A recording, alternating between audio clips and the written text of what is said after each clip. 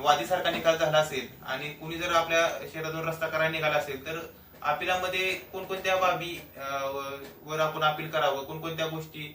त्यामध्ये नमूद कराव्यात याबाबतची संपूर्ण माहिती आपण आजच्या व्हिडिओमध्ये घेणार आहे. तर व्हिडिओ संपूर्ण पहा, व्हिडिओला स्किप करू नका. मामलेदारांकडे येणारा प्रत्येक वादी किंवा प्रत्येक व्यक्ती हा चांगल्या मनाने आलेला असेलच असं नाही. काही वेळेस काय होतं की जसं ह्या कलमाप्रमाणे सांगितलेलं आहे की तुमचा एखादा जुना रस्ता आहे, ज्या तुम्ही इज बिन राईटनं तुम्ही तो रस्ता वहिवाटत होता, रूढी परंपरागत तो रस्ता वापरत होता आणि तो रस्ता जर प्रतिवादीने मोडला तर तुम्ही कलम 5(2) खाली